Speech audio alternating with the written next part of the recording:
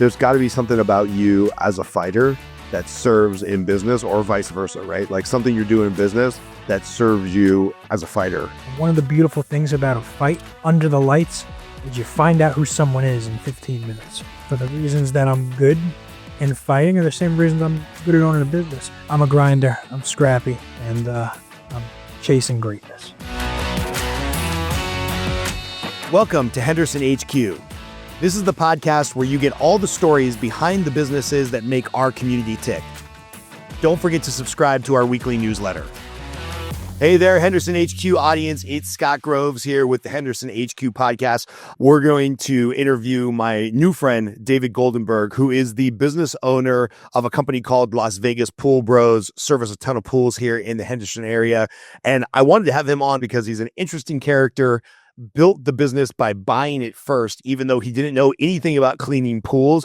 And interestingly enough, he is also an undefeated fighter in the Tough Enough promotion, just went pro after his first 5 amateur fights. So a real character. I will warn you, he's from Jersey. I've got a little bit of a foul mouth, so you might hear a few choice words in here, which did not happen on the other episodes that we recorded today. But you get 2 fighters in the room together, talking about business, shooting the breeze, and some foul words were exchanged. So take it with a grain of salt, but there was just some great lessons in here talking about, hiring ahead of demand, the challenges of hiring and firing in Vegas and Henderson with us having kind of a transient community, and really how he 6x'd his business in 2 years. So if you're a business owner or you're interested in interesting business stories, this one's definitely for you. Thanks for tuning in. Don't forget to subscribe.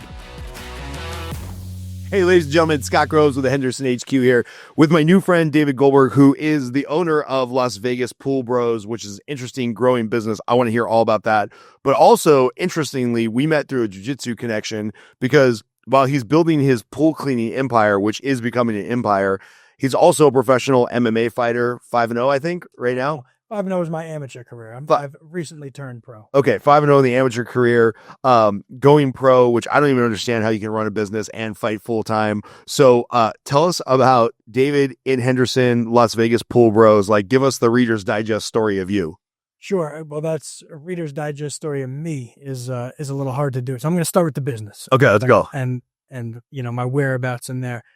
Las Vegas Pool Bros, I bought a small starter route, as they're called, 3 years ago. I bought 52 accounts. It was all over Las Vegas. I've always kind of lived in Henderson or on the border. We've grown that. It's gone from 52 accounts to a little over 300. We got a staff of myself and 7 others, office manager, project manager, a bunch of techs. We got a shop, a headquarters, 6 trucks on the road every day. We serve something like 175 pools in Henderson. It's kind of our base and where we do most of our workout now, both by luck, coincidence, and a little manifestation. That's it. I figure if that's where we post up our trucks and that's where we make our friends, that's where our business will spread the most. And fortunately, it has. So while I'm not in a Henderson area code right now at this moment, I've always been on the borderline. Love the area, and that's where I've been growing my business and paying my bills. So wait, talk about this, right? Because you said you bought a small route that had like 52 pools. You've 6-7x that, and I know we talked on Zoom the other day. You got plans to go much bigger than that. But like, why, how, when does somebody buy a pool route? Like that's not on my like radar as business development. Yeah, I had never cleaned a pool in my life before I bought this route. So the first few months were very stressful, obviously. I was looking to get into a business. And all right, I'm gonna go full truth here. I had a business partner. We were doing real estate flips and doing business together, and I found that he was kind of double dipping and doing some things he wasn't telling me, and doing business with other people, and just not being fully transparent. And I had all my eggs in that basket. And I had been looking for a business for a while, mainly pizzerias, because I worked at one in New Jersey for a long time. I would have never guessed you're from Jersey. Yes, right? That giveaway. And once I saw that, I figured, look, if he's not all in here, I can't be all in. And I ended up messaging a pool broker that day. All right, so that doesn't quite answer your question. Pools specifically, if you go to the Craigslist of buying and selling businesses, bizbuysell.com. Biz buy sell. Okay. Which, it's a great place to start if you're looking to buy a business. When you're actually serious about it, you should work with a business broker. Trent Lee, a very good business broker in town. He's not the one that I purchased his route from, but he's done a lot of help for me. I think he's ranked the number one business broker in the country. Don't know how they come up with those statistics. All right. Everyone's number one if you look at their website. But, right. Trent Lee, I'm going to get him on the podcast. Trent Lee, you should. Yeah, he does a great job. Anyhow, I'm looking through, but if you go to Biz Buy Sell, the one business industry that you'll see more than any other in Nevada is pool routes. Why? For one, shit ton of pools out here. For two, it's an easy industry. It's an easy business to buy and sell, because of recurring revenue model. So same way, I was talking to my cousin-in-law. I'm going to mess this up. It's either accounting or insurance. I think insurance, that's what it is. Insurance is a recurring revenue model, and it works a similar way. And because of that, it's kind of easy to exit the industry, and vice versa. It's kind of easy to entry if you have the capital to do so. Yeah, because if you got 52 pools times $200 a month, you know what the revenue is, you know what the business is worth. In Las Vegas, a pool route is worth, and if you're not selling it by the business, just by the pool route, a pool business is worth the monthly recurring revenue times 10, and you can expect to pay a broker 20%. All right. So you're walking away with 8x your monthly revenue. And, that's the rate I bought it in at. Well, no, I bought it in at 10x because the seller pays, the broker at his end. One day I'll exit. Hopefully I'll sell it as a company, because once these things get large enough that they can automate themselves, that's when you get a really big draw from pool conglomerates, the large companies in town. I can tell you there's a few in town that, and there's nothing wrong with this, but they're not organic. They didn't even just do this with advertising. Their thing is they go out, they have a lot of investment behind them. Some of them are private equity backed, and they buy up the competition. So you either, if you want to sell it as a company and get a higher multiple, you kind of get the business to run itself, and you look at selling it as a business based on earnings and not reoccurring monthly revenue to private equity or a pool consolidator of some sort. It makes sense now that you say it, right? Because it's like, if I'm just Scott and I kind of fell into this and I'm cleaning pools and I got 50, 60 pools I service every week, and I'm sick of being in the sun, and somebody's like, hey man, I'll give you 10 times revenue to go have some seed money to start your next thing or move out of town or retire or whatever. I imagine there's just a bunch of these, right? If we went on Biz Buy Sell right now, you could probably find a dozen of them, right? A dozen. I mean, yeah, a lot of those, especially like the one that you just listed, unless you're a large company adding that to you, you're kind of selling a job, not a business, right? Right. If I'm cleaning pools by myself, the gentleman that I bought my business from had been cleaning pools for 16 years. He was 50-something years old, and he was making good money. He was making probably low six figures, busting his ass working every day.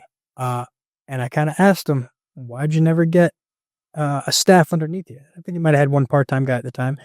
And although this isn't what he told me, what I gathered is it's more difficult to delegate than it is to actually sweat it out and do it yourself. But when you sweat it out and do it yourself, although you think you're making the responsible decision, I know it gets done that, like my parents taught me. If you want to make sure it gets done the right way, you do it yourself. If you want to do it forever, yeah. But if you want to grow the business, you got to delegate. You got to find someone who can do something, 75% as well as you can, and pay him to do it. Because no one's going to do it 100% as well as you can. And that's not my quote. That's a gentleman in private equity who sold his business to private equity. He went 0 to 1,000 pools in a year. Casey Graham out of South Carolina, who recently gave me some help. I reached out to him trying to value my business, and he gave me a lot of pointers on what to do with my business to make it very easy to be acquired.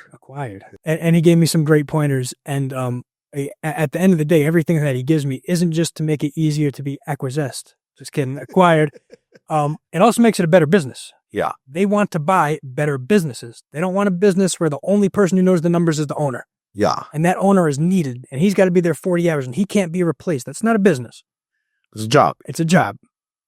And people don't start their own businesses to have a job, right? It's a lot more easy and stable to have a regular job if that's you're aiming for. Yeah. I want to know, obviously you have the courage to get in a ring and get punched in the face, hopefully not too often. But like, what gave you the courage to be like, I don't know anything about this business, but I'll figure it out. I'll teach myself. I can learn chemicals. I'm a pretty smart guy. Like most people don't just go, or the barrier to entry is so high. Like I can't just go buy an auto body shop tomorrow because I don't know the first thing about paint or metal or anything like that. So what was it about you that you're like, yeah, I'll figure it out. It'll be fine. Yeah. Quick little anecdote. When I walked in here, you knew two things about me, just from my name and looking at me. One, I was from New Jersey because of my accent, that giveaway. Two, I was Jewish, Goldenberg, last name. At my bar mitzvah, my dad told this story about me, and I was embarrassed out of my mind when he did, but I used to be big into football until I was 5 foot as a freshman in high school, and I had to switch over to wrestling. Good plan. Yeah, and thank God I did. But he said he was at one of my Pop Warner football games, and I was the quarterback, and we go out there and we get crushed. And I'm getting sacked, and I'm getting hit, and we're barely making any yards on offense. And at the end of the game, I'm walking off the field to my parents, and my mom turns to my dad and goes, "Okay, we're just going to say something positive here. We're going to find something positive about it." And I walk off the field, and my mom or dad goes, "Hey, Dave, you did a great job." And I looked at him and I said, "I know. I killed it. I'm the man. I killed it out there." I say that because, I might have been a goofy kid because of it. And whether I'm right or I'm wrong, I generally have confidence in myself going into it, and I'm sure a lot of times in my life it's gotten me in trouble. If I could write a book, Scott Groves has a book, I saw it on the table here. If I could write a book or an autobiography, which I'll never do, I always said I'd have titled it My Big Fucking Mouth, because it takes me to my highs in life, and it's gotten me in so much trouble and so many lows. But it's kind of from like, my fight name is Scrappy Doo. I kind of inside of me, I'm always like that little kid that's yelling. I'm always the smallest kid in the room that's yelling for his voice to be heard. I took this way deeper than this is the stuff. But this is the stuff we want to learn, because like this is the tenacity you have to own a small business. Right. I guess so. Look, it was a big leap out, and I'm very fortunate that I had exited a business a few years earlier, and I had one, money to buy the business, and two, I had some income because I was in real estate at the time, still am, where I didn't depend on the paycheck from the business, because if I was paying my bills with that business, I'd have been cleaning pools. Yeah. Without a doubt, I'd have been cleaning pools. I wouldn't be giving away the first week on the job $700 to someone cleaning the pools. I'd have been taking those dollars. I didn't take a dollar out of the business the first year. So I was, while I'm scrappy, I was also very fortunate and in the right place to do this. It would have taken a lot longer. Yeah. That's interesting. You mentioned not taking any business out of any money out of the business the first year. Same thing when I was growing my coaching business like 8 years ago. You did better than me. I think I lost money the first 2 years, right? Because it's like you're trying different models and different price points and whatnot. But the security of like, I was still doing mortgages. So I was like, all right, well, I've got the confidence that I know my bills are paid while I'm building this side hustle. But I get the feeling with how much you've grown, the pool wasn't like a side hustle. You were like all in to grow this business. That was my main. Everything else was a side. I saw the scalability of it. When you started your coaching business, you started it, right? You didn't buy any type of book of business. No, it just started organically. Way more difficult to do. Have you ever heard the book Buy Then Build? No. It was a game changer for me. I don't know. Very good book. I had heard it on a podcast a while ago, and it's kind of all about, just that the old mentality was you kind of build something from the ground until you sell it, and the newer mentality is you buy something and build it. If I was growing a pool route organically, it's like, all right, my first customer is in North Vegas, my second customer is in Henderson, my third customer is in Summerlin, and boom, that's a full day right there. 52 accounts is perfect because we had a 4-day work week with, 18 pools a day, whatever the math comes out to. So I had 2 guys working part to full time in a different area each time, every pool within 5 minutes of each other. And it gave me the space to grow. I've started businesses before. shout out Freestyle MMA, my gym. No longer an owner. Don't make $1 out of it. It's just where I train. Great gym. But at one point I was a 50-50 owner with my coach, and and taking it from the ground up, it is difficult, man. It's a grind. It's a grind. So I think if you're focused on scaling your business and growing it, it's really hard to make money in the first year because you're investing in marketing and growing and infrastructure. Even my first year with this business, if you count in the assets that I bought for the business, mainly the trucks, did I make any money? I don't know. I'm not the best at accounting. I would need to look back and go through the books. But if I made money, it was barely any. I wouldn't be surprised if I, quote unquote, lost a little bit. Right. In doing so. Because when you were talking about that, like a lot of businesses, they're online, they can ship anywhere, or you've got one location. I got a pizzeria. People are going to either come there or they're not. But when we're talking about your service business, that proximity has to really mean profit, right? Because if you can hit 10 pools in a couple hours because they're 5 minutes apart, like that's got to be a game changer for your bottom line, right? Yeah. I turned down a good amount of business because it wouldn't make sense to go do the pool. North of Sunset and east of the 15, I have X'd off. That wasn't in the route that I originally bought, so we never had a presence over there. And it was far away from all our other operations. And like, look, we'll do acid washes and repairs and whatnot out there, but regular weekly service where I need these pools within 5 minutes of each other, we ain't touching. So when you built, right, like you're doing real estate on your own, you're fighting on your own, like a lot of your endeavors are probably like individual efforts, I'm guessing. Didn't have a great experience with your partner. How'd you move to like immediately, I know I have to hire a staff. I got to find good people. I got to find people I can trust. I got to, my pool guy's fine. He just shows up. Great thing about subscription revenue, right? I don't even know he's here. He shows up, he cleans. I have no reason to fire. I had 1,000 to use, man, because you'd be surprised how many people are counting little twigs in their pool skimmer at the end of the day. Oh, no. I don't have any energy for that. But like, how did you build the team, and how did you find the first people? And like, because I think, especially in Vegas, where we have a pretty transient community, and Henderson's a little bit more ingrained, a little bit more families.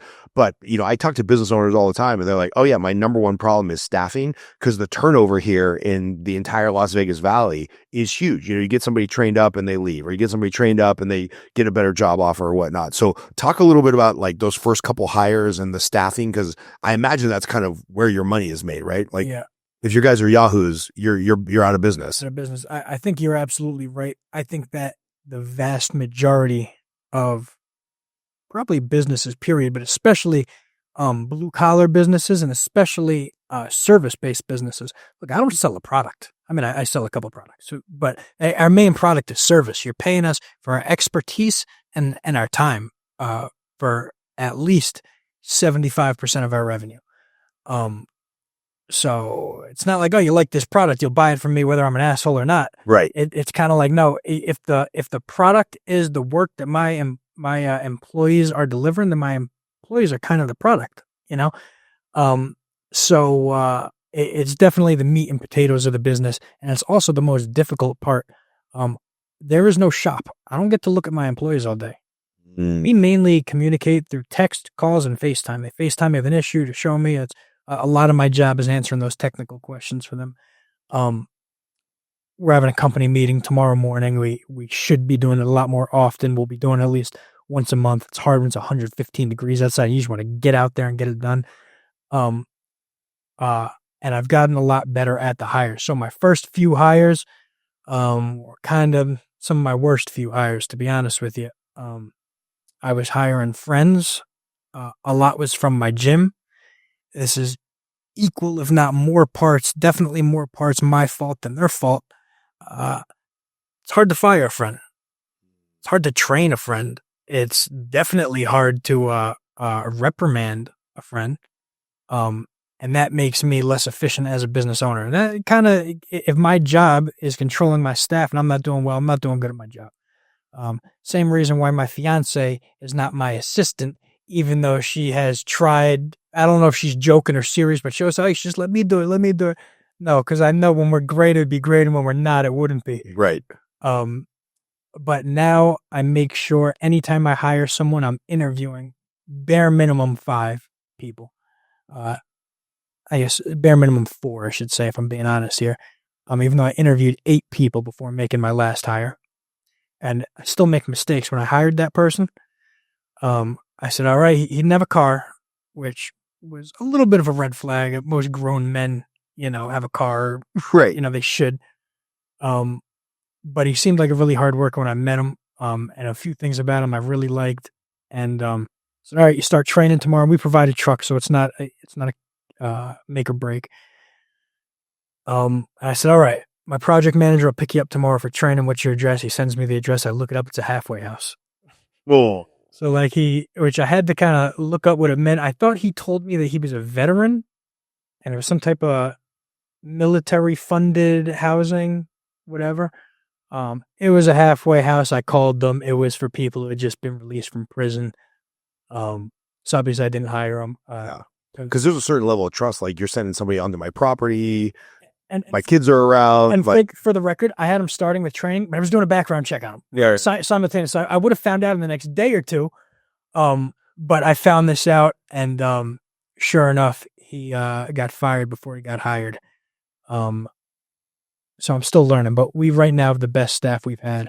I really trust these guys. I can say that my worst technician now is better than my best technician from 2 years ago. Yeah. I've had to fire several employees. I feel like the dickhead boss where I got to give you a write up. We got to document this.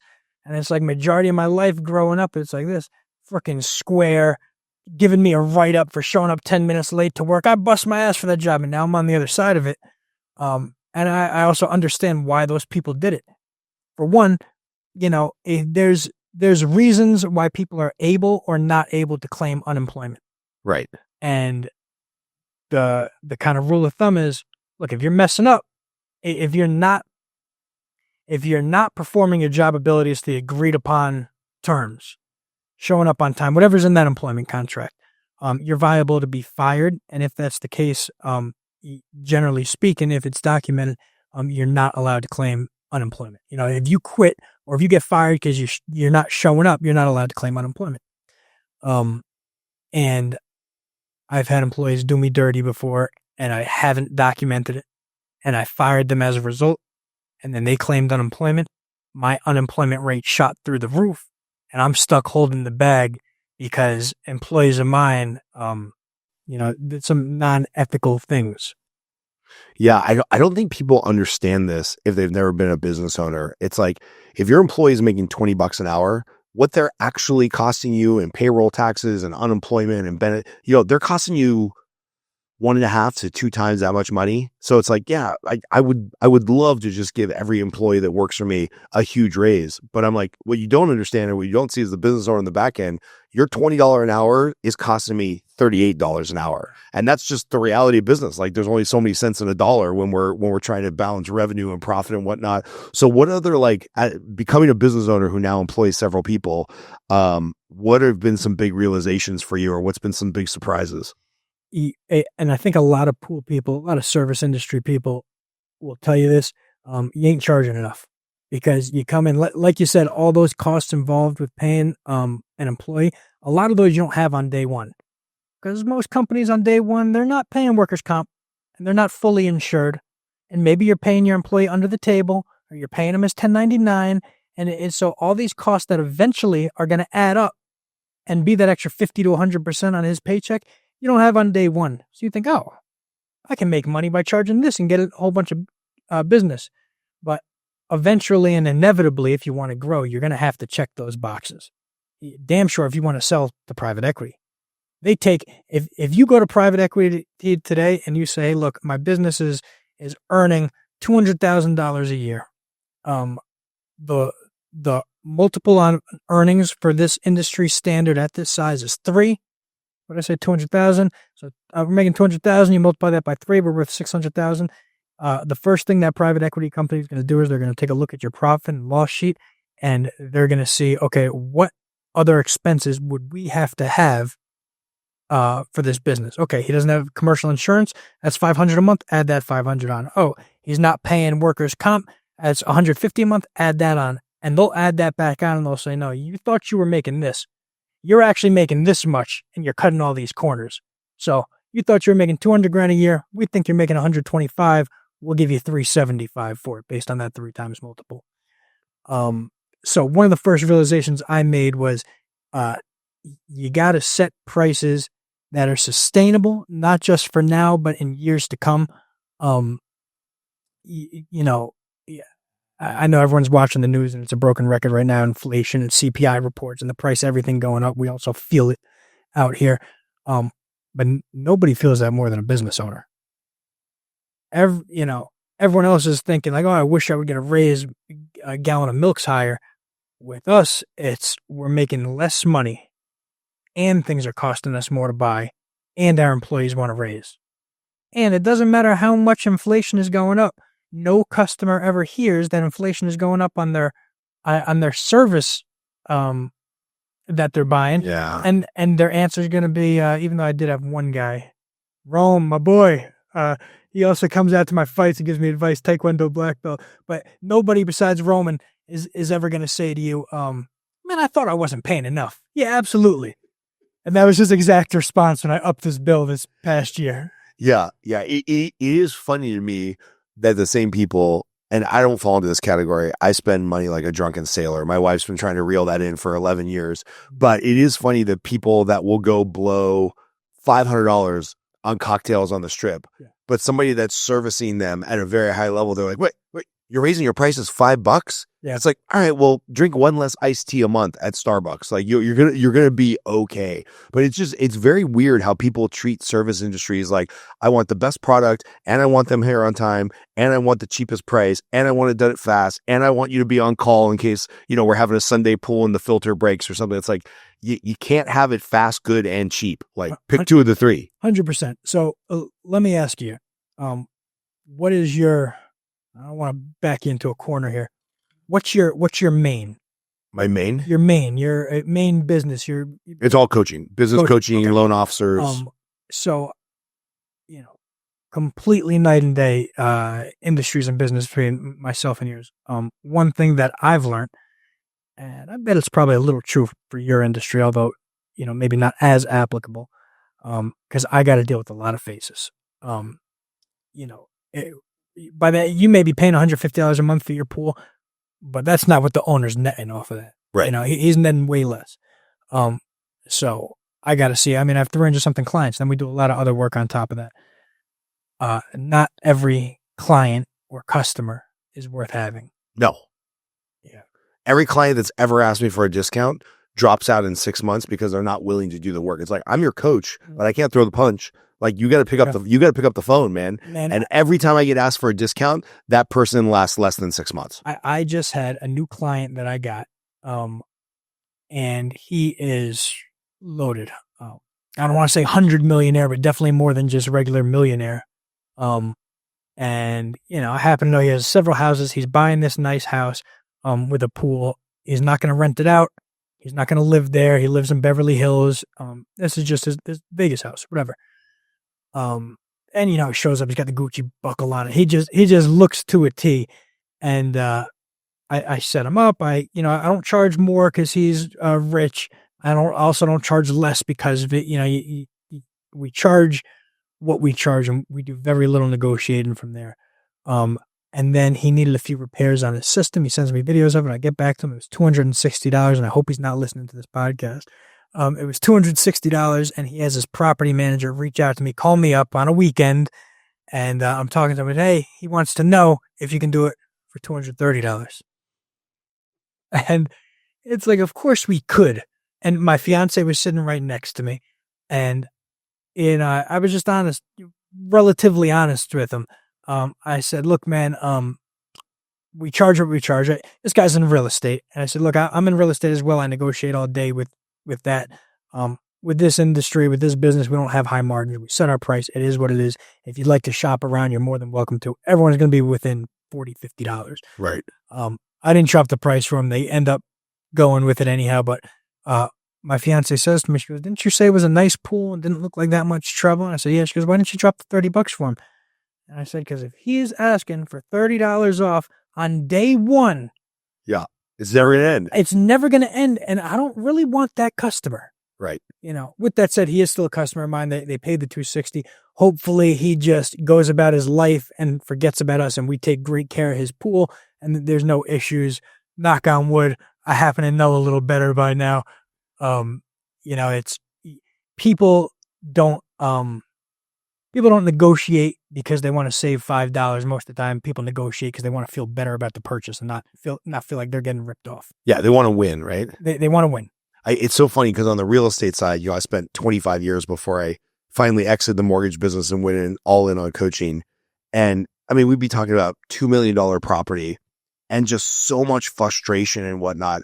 I would eventually call both of the realtors and be like, "Hey man, just so you know, this client is about to walk on a $2 million property, which is a good property for them. You guys are going to make 40, 50 grand each closing the deal. He just wants to feel like he won something. Yeah. He had to offer more on the house. The interest rates are higher than expected. The homeowner's insurance is higher than expected. Like, can we just get him like a $500 win somehow?" And then they would kind of see the forest for the trees. Like, "Oh yeah, I'm going to make 40 grand for 4 months worth of work. Yeah. Let's just all pitch in $200. I'll pitch in $100 and like call it a win." But when people take that down to like $100 service level, then I get angry and it drives me nuts. Cause like, I understand when you're spending $2 million, you just want that emotional victory of like, I got to win. But if we're talking about $100 for like your local pool guy, like, come on, man, let it go. They want to go home to their wife and they want to say, "Hey honey, you know what I did today?" He wanted $135. I said, "It's $130 or I'm cleaning my own pool." Right. No chance I'm cleaning my own pool. I don't want to keep that thing not green. Yeah. When we first moved in, it was green. And I'm like, "Can we please get the pool guy out here as soon as possible? I don't have time for this." Everybody, I mean, not everybody, but so many clients I have, I see them, they say, "You know what, we're going to clean our own pool." And then 3 months later, they call me like, "Yeah, I don't know what I was thinking. Pool is either green or it's trashed." And it's so, I was on vacation. I was doing so well, but then this happened. It's like, look, I get it. I have a landscaper who comes to mind. I had a pool guy before I had a pool business. Right. Now I have one of my technicians come and clean it. You get caught up in your day to day. You don't have time to do tasks, especially when it's something that you got to do every week, especially when it's 115 degrees outside. You may want to do it for a few weeks. Pass. So I got to ask about the MMA career because you're obviously a smart guy. You've got real estate investments. You had enough seed money to build this. You've now 6x the business. Like, you're not a dumb dude, right? You're not like some jock that needs to get punched in the face at the county fair to make $500. Right. Why MMA? I want to live the most epic lifestyle that I can within ethical, reasonable means. Right. And that was super epic to me. And I think there's also some deep down psychological shit too that we could bring someone in to really find out. That's a different podcast. But for me, I think I was just trying to do some epic shit. And legacy nowadays is kind of like almost feels superficial to say. Yeah. Like, when the Romans were alive, it was, no, you do things for legacy. Yeah. Nowadays, it's like legacy. Oh, you care about what people are going to think about you even when you're dead? Yeah, it's a little bit of like a weird buzzword now. It's weird, and for right or wrong, yeah, a little bit, I want to have a legacy. At least, like, I want to be able to show my grandkids videos of me when I was a monster. Yeah. My dad was a brown belt in karate back in the day, I don't mean to laugh at it, but, with MMA and so back in the day, it was like you see the black belt in karate and it's like, oh my God, you go up near me, pressure point, you're down. Right. And now with MMA, it's like, no, this tough guy, wrestler, whatever, cracks him. But my dad was a brown belt in jiu-jitsu, but my dad in karate, but my dad had me at 45. And don't get me wrong, my dad, when he was 70, was still doing 100 push-ups and running 3 miles, and he was in great shape. But I didn't get to see that man when he was a stallion. Right. And there wasn't iPhones in the 60s, 70s. I don't know. But there is now. And I'm going to be able to show my grandkids that. And, it's twofold. Is it superficial? Hell yeah, it's superficial. I want my grandkids to think I'm the man, as most people do, whether they admit it or not. Right. But number two, I want my grandkids to know that they come from winners. And even with my staff, we've had people before who are maybe a little shy, a little timid, this and that. And Dixon, who you've had on this show, Yeah. At this point, he was working with us when he had his first or second fight and he won. And I made sure to put it in the group chat and let everyone know that he won his fight by submission. Because it's like, guys, you're in a group of winners here. Whether you came in a winner or not, you are now a part of a group of winners. And you can take a guy, and I could be 100% wrong with this, but I don't think so. You can take a guy, better yet, you can take a racehorse. And you can put that racehorse, you can take it with a bunch of slow racehorses. I don't know how you tell a racehorse's confidence, but let's say you put them in with low confidence racehorses, and then you take that racehorse out and you put them with a group of winners in it for a training camp or two. I would bet my uneducated degree on this that horse is going to come out more confident and be better, because we feed off of our surroundings. Yeah. We feed off of both environmental, as well as those who are around us, as well as our achievements. People talk about confidence in the fight game. John Danaher, Jiu-Jitsu Jesus, he'll tell you like, all that sports confidence books and whatnot, a lot of it's BS. If you win 100 fights in a row, you go into that 101st one confident. If you lose 100 fights in a row, you go into that 101st one feeling like a loser. It's one of the reasons why with horse races, and I happen to know this, because in New Jersey, we used to go bet on the horses, and I read a book or two about them trying to handicap, which never went successfully, that when you're building a racehorse, you have to do just that. You got to build them. You can break them if you throw him in too hard of a race too early. Gets his ass kicked. Same with fighters. How many boxers nowadays come in with 100 amateur fights that they're undefeated that, they were going to Mexico and fighting cab drivers. Yeah. But over time they get good and now they have a confidence. As where you could have took that same person who would be a champ one day in the alter universe and you put him in tough fights. When he's taking brain damage, he's losing his confidence early. He could be a totally different person over the course of 10 years. So I want my grandkids to know that they come from winners. I want my teammates to feel like they're a part of something winning. I want my staff to feel that way. And above all, I want to feel that way. How long you been fighting? How long do you want to fight? So my career, I haven't had as many fights as I would have liked, especially I tore my ACL. I had to take a year and a half off of that. Oh. I had my first fight. I'm so bad with dates. I think I was 28, 29. Oh, it's pretty late to get into the game. 29. I've had hundreds of jiu-jitsu matches, hundreds of wrestling matches. I've had a few kickboxing smokers. I think I was 29. I'm 32 now. How long? I've always said 36, but there's also a rule in my head that I always push it off 5 years. I'm 32. That number's now 37. Yeah. Next year it might be 38. I know I got to get out eventually. We're going to start a family. We're going to this, that. I'm going to get old. I'm going to fall apart. 5 more years. How do you balance being a business owner? And it's not like you're doing tennis, right? Where it's like you get out there and you do 2 hours of tennis and yeah, it's physically exhausting, but you're probably not going to get injured. You probably don't have to do tennis and weightlifting and agility and all this stuff. Like mixed martial arts is mixed, right? So it's like you got to get in your boxing time. You got to get in your jiu-jitsu time. You got to get in your wrestling time. Like how do you balance all that training and also be a successful business owner? Isn't that the fun of it, of martial art, of mixed martial arts? Yeah, it's great. There's so much shit that you can get better at. I loved boxing growing up. I still love boxing. Yeah, that's my first love as well. I boxed for 10 years before I switched to jiu-jitsu. I love boxing, and if I had to isolate any part of MMA that is the funnest, not what I'm best at, but the funnest, I'd probably say kickboxing. But within that kickboxing, the funnest part to me is the boxing. Yeah. And yeah, how do I do all that and have the business also? I don't have a whole lot of free time. With that said, when I first moved out to Vegas, I didn't have any family or friends out here. I moved out by myself. I mean, my brother was here for 3 months training me to take his position selling truffles for an Italian truffle company to the restaurants and the casinos. You're like the most interesting man in the world, man. Like the Dos Equis. It sounds like it. Yeah. But I didn't know anyone, and that was Sabatino Tartufi. That was the best job I ever had. It was also the last job I ever had. Decent pay. My boss was 2,500 miles away in Connecticut. As long as numbers hit, we were good. I'd be working from probably leave my house like 10:30 a.m. and get home at like 2:30 p.m. and be in my underwear on the couch soon after that. And I was freaking bored. I didn't have enough going on. I didn't have a friend group. I didn't have a hobby. I didn't have a business venture. I just had a job and a new place to live. And that messed with me a little bit. But the problem with the pendulum is it never stops in the middle. Now I'm all the way to the other extreme. So I went from having too much time on my hands to I wake up bright and early. I'm working all day. I'm on the phone. I'm having meetings. I'm doing things. I'm done with that.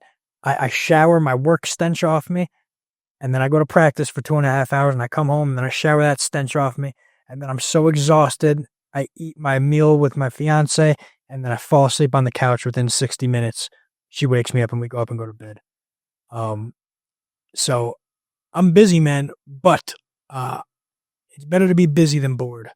Yeah. And the only time in my life that I ever dealt with a real depression, and like not being sad because something happened, but just being depressed and not knowing why, was after I had exited a business and I had money, but I had no hustle. I had no job. I had no hustle. So, I was flipping properties passively at the time. But it's like, I don't gotta work today. But it's like, all right, I'm getting out of bed at 9 a.m. Why? Why am I getting out of bed? Like, I guess I'm not really tired anymore, but I could lay down for another 20 minutes. And it's like, oh man, and it was depressing to me. Yeah. Guys have to have like that purpose, right? That's why I was a hustler without a hustle. Yeah. Warren Buffett's multi-billionaire probably by this point, can't stop working. Yeah. Because he's just like, no, I need a mission. I need a purpose. I can't just sit there and like toil in my little house in Nebraska all day. I think they say, I'm going to get this backwards, but you'll correct me. They say, most people, work to live. Americans live to work. And it's like, yeah, I mean, when you say it, it's like, oh, Americans, so stupid, live to work. But, not that I'm the all-American, but I'm achievement driven. And when you can work in a way that you can see your achievements, and work can be my fighting career that I don't care if I ever make $1 off of, or it can be my pool business, which is growing, which is paying my bills. But having something that you're actively, whether you want to be doing it that day or not doing, but when you can see it build and the achievements, it's gratifying. You're not running in place. And I don't thrive is the right word, but I love that. Yeah. I'm thinking about the business owner that might be watching this and whether they bought a business, their startup, their existing business.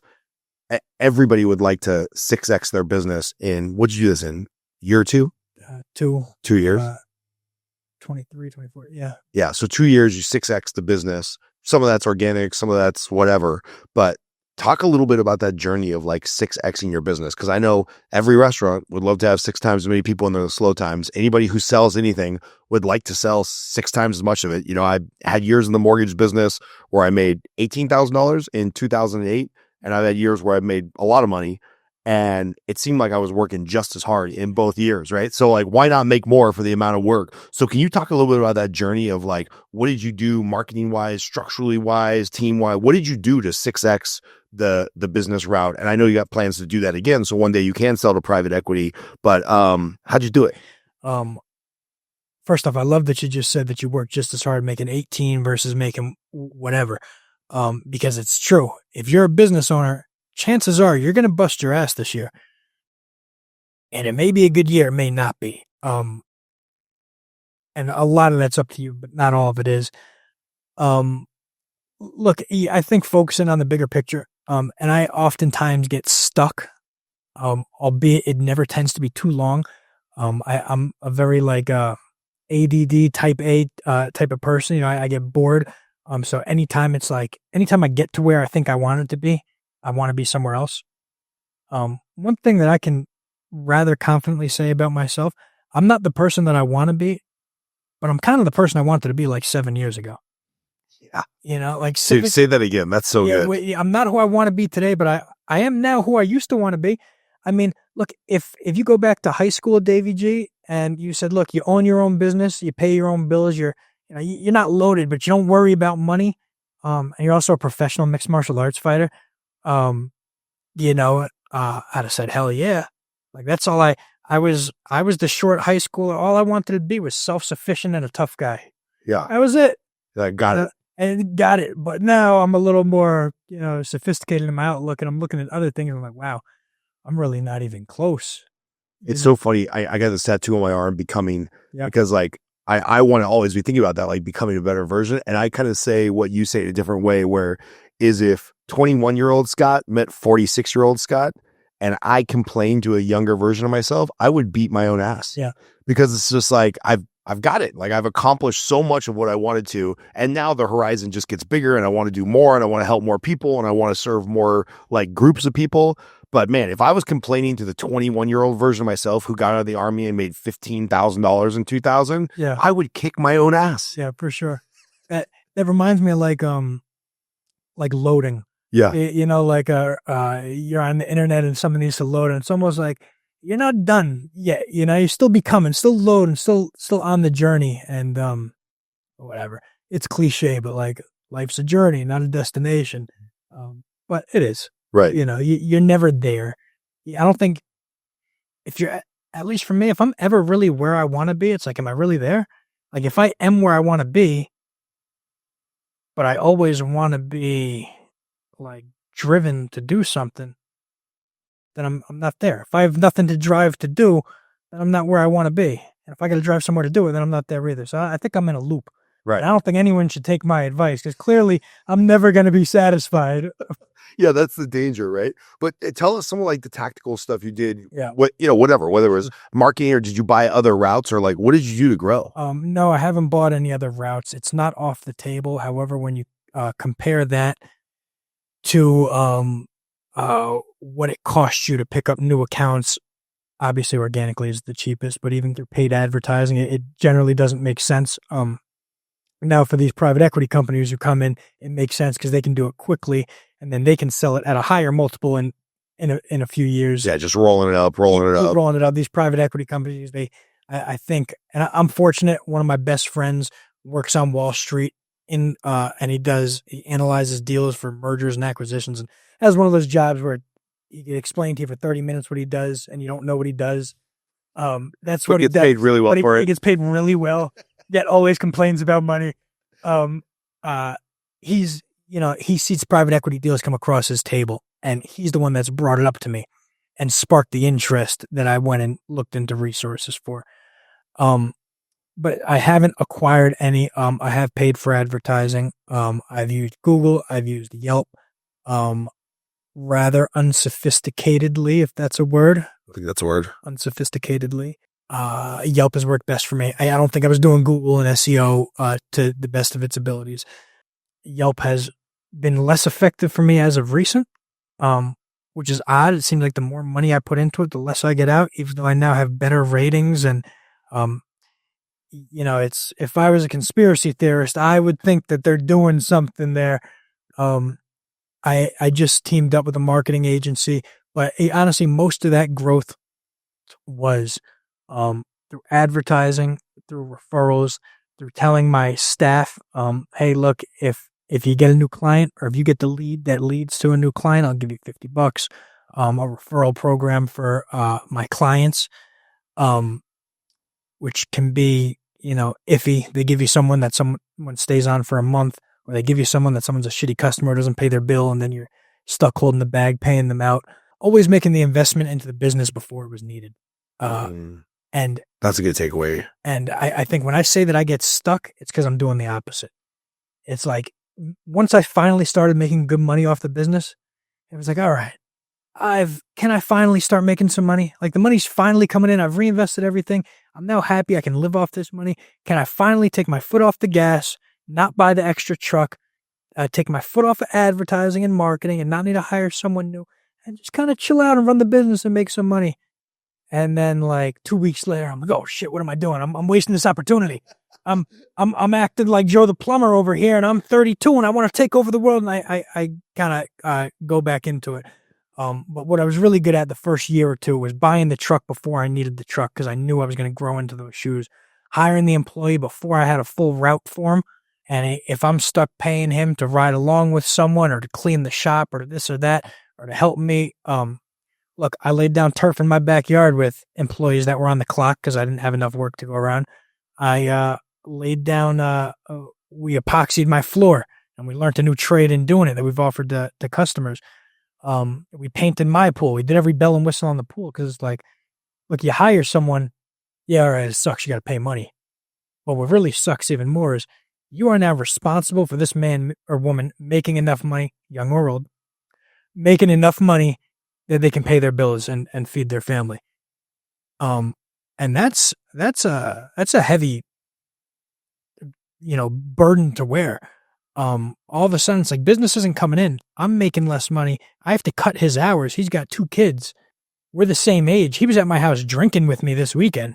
Yeah. And I got to cut his hours, or we have to lay down turf in my backyard and pimp out my garage just so that I can, have an excuse to pay him. It's tough. It seems like you take that really seriously, man. Yeah, for sure. Especially, I want them all to be happy with their job, but they need to all make enough money that they can pay their bills from it. Right. Or else, 1, their life's going to suck, but 2, they're not going to be around for long. I'm going to have to hire someone new. It's not all completely selfless on my part. If your employees aren't happy, your business isn't going to last very long. Right. There's competition out there. So that was tough for a while. But putting those things in place before I needed them, because I knew, I found this out in my first year. I didn't expect it to grow like it did. When I first bought the route, I had a buddy who needed a job, and I needed some income. But I had some money sitting from a business that I had just sold, and I didn't invest it into my real estate like I was planning on, just allocating it to different areas. And I did the math. All right, I buy the business for X amount of dollars. I have X amount of return on this, and I wasn't putting growth in there as a factor. Like, I don't know, maybe, if we could grow 20, 30% this year. I think my goal for the first year was to go from 50 to 80 clients, and we went from 50 to 120 or something like that. But in the first 6 months, I saw how fast we were growing. And I kind of had this thought to myself, like, shit, man, as long as I don't choke this business, it's gonna fly. And I love Vegas because this is a growing city. Yeah. This is not New York that's been on the rise for 100 years or 200 years. And it's not LA where the traffic's already so tight. This is still a transformative city. The road that I live on was a dirt road 20 years ago. Yeah. There's a lot of dirt roads right now. They're going to have Walmarts and BJs and condos in 20 years.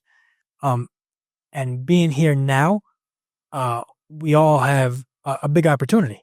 If you're a businessman, if you're an investor, if you're just someone buying a property, Vegas sees higher than average appreciation of properties than the average in the country, which is like 3% or whatever. Man, I remember coming out here in the 80s. I've been coming here forever because my uncle still lives here.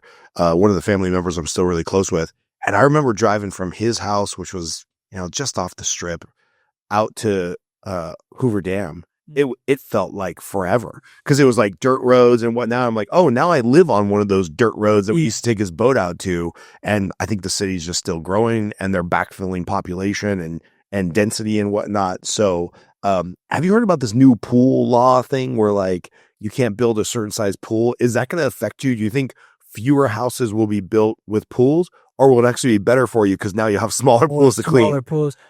So the policy that you're referring to, I believe, is the 600 square feet policy. Yeah. Which, actually, I don't believe there's a limit on the depth of the pool. There's a limit on the amount of volume that it takes up, because that they're not worried about you filling it one time. They're worried about the evaporation constantly. Even though I'm no scientist, but I think if it goes up, it's got to come back down. But I'm sure someone much smarter than me did their homework already. But look, man, I don't know. I don't think so. Maybe more people will clean their own pools, but there was 2 years ago, 200,000 residential pools in Las Vegas. Holy cow. Yeah. And, I have 300. Let's say this, maybe that is a factor, against growth, but there's so many factors for growth that, I don't think I'll ever see that. Yeah. There's an exodus from California and LA and people who don't want, I was talking about New Jersey and New York being expensive on the East Coast. Well, that's California over here. Income tax, and properties, $1 million for a condo, more. People can work remotely now. They move out here. I have probably, I don't know, at least one out of every two of my new customers. I asked them where they're from, and they're from Southern California. Yeah.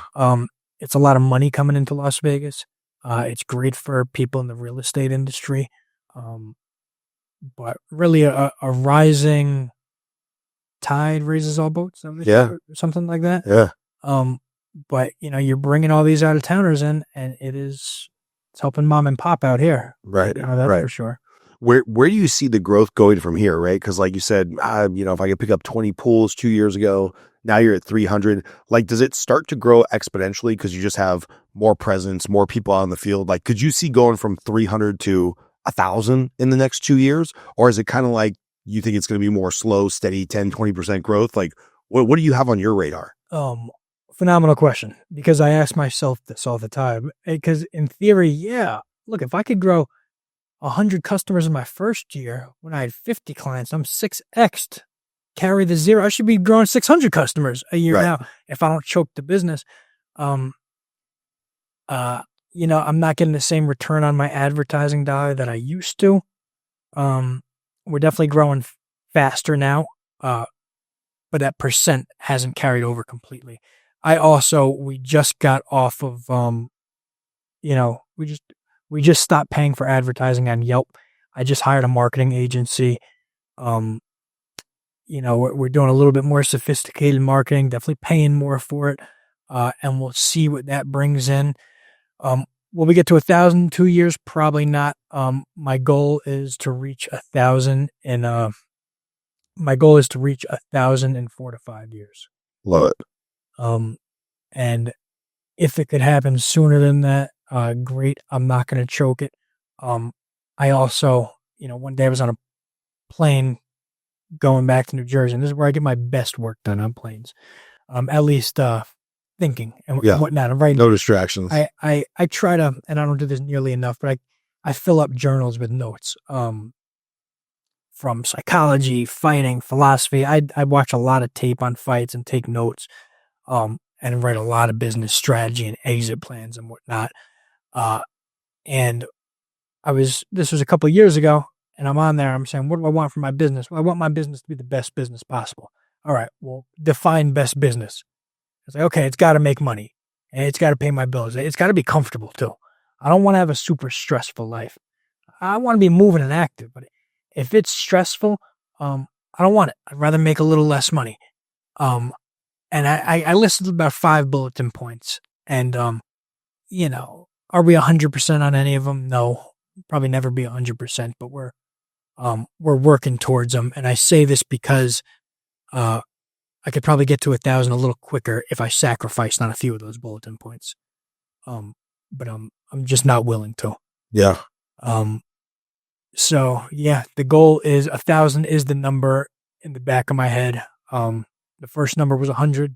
The second number was 300, which I said a couple of years ago. We're now at the third number was 600, and we haven't got to 600 yet, but the goal has already changed to 1,000. I love it. Last thought, man, like any question that I forgot to ask about business, we could talk all day about fighting. I could talk your ear off about that, but maybe this, man, tell me about some lessons where these two passions have merged, right? Like going back to your scrappy Pop Warner days, there's got to be something about you as a fighter that serves in business or vice versa, right? Like something you're doing in business that serves you as a fighter. And yeah, maybe we'll end on that thought. For those out there that know fighting, I'm not a Michael Venom Page. You know, I'm not an Anderson Silva. I love those guys. Anderson Silva, I think, is one of the best ever, but I can't lift my foot up above my head. I can't throw a spinning back kick. I'm not the most gifted in those ways, but I'm super durable, and I get better as the fight goes on. And I think it goes back to my wrestling days and being the smaller guy. I'm a grinder. I'm scrappy. And one of the beautiful things about a fight under the lights is you find out who someone is in 15 minutes. You can kind of see their entire life, charisma, personality, characteristics, just put into a little 15-minute ball, and you learn who someone is. And I think that I can say that for the reasons that I'm good in fighting are the same reasons I'm good at owning a business. And the places where I lack that I'm not so good at in fighting are also where I lack in the business world. Look, I'm a grinder and I'm durable, and I'll sweat out those days and get the job done. I'm also not I'm not super flashy. I'm not I was filming an advertisement today with the marketing company, and I realized I wasn't I don't know if charisma is the right word, but I started thinking, man, maybe I should have just paid $400 and hired an actor or a model to do this. It's not always the most exciting fight or the most exciting business. But I'm a grinder, I'm scrappy, and I'm chasing greatness. I love it, man. So if people in Henderson want to reach out to you, get a quote, get their pool clean, maybe they need some service. We were talking about doing a lot of work on my pool because it's a messed up fiberglass relic of 30 years ago. Yeah. Where do people find you, man? LasVegasPoolBros.com is a good place to start. Everything on there is pretty much going to direct you to either our phone number or our email, 702-289-0142. That goes direct to my phone. You'll talk to me personally, or you can email support@LasVegasPoolBros.com. Will also come to me direct. We'll get you set up before we take on any new customers. We like to see your pool. We'll walk you through everything. We call it a pool consultation. It's for free. We inspect your equipment, give you some recommendations on the pool, maybe products that would make it easier for you to take care of your pool or for you to hire us. Reach out, call, email. Sweet, man. We'll make sure all that's in the show notes and the YouTube and all the fancy places we're going to put this thing. Yes, sir. Thanks for coming in, man. Scott, appreciate you. Thanks. Hey, it's Scott Groves with the Henderson HQ podcast. I hope you got something out of that episode. If you enjoyed it, please don't forget to like, comment, and subscribe to the podcast. It really helps the show grow. And by the way, if you are a business owner or you know a business owner who has an interesting product, service, or just an interesting backstory, please get in touch with us. Email us at thehendersonhq@gmail.com. We would love to interview you because that's what this show is all about. It's about building community, supporting local, individually owned businesses, and just making Henderson a great place to live. And don't forget, go to hendersonhq.com and make sure you sign up for our newsletter. We send out a once-a-week newsletter, no spam, about the most interesting local businesses, hotspots, restaurants, community events. Thanks for watching the show. Really appreciate you.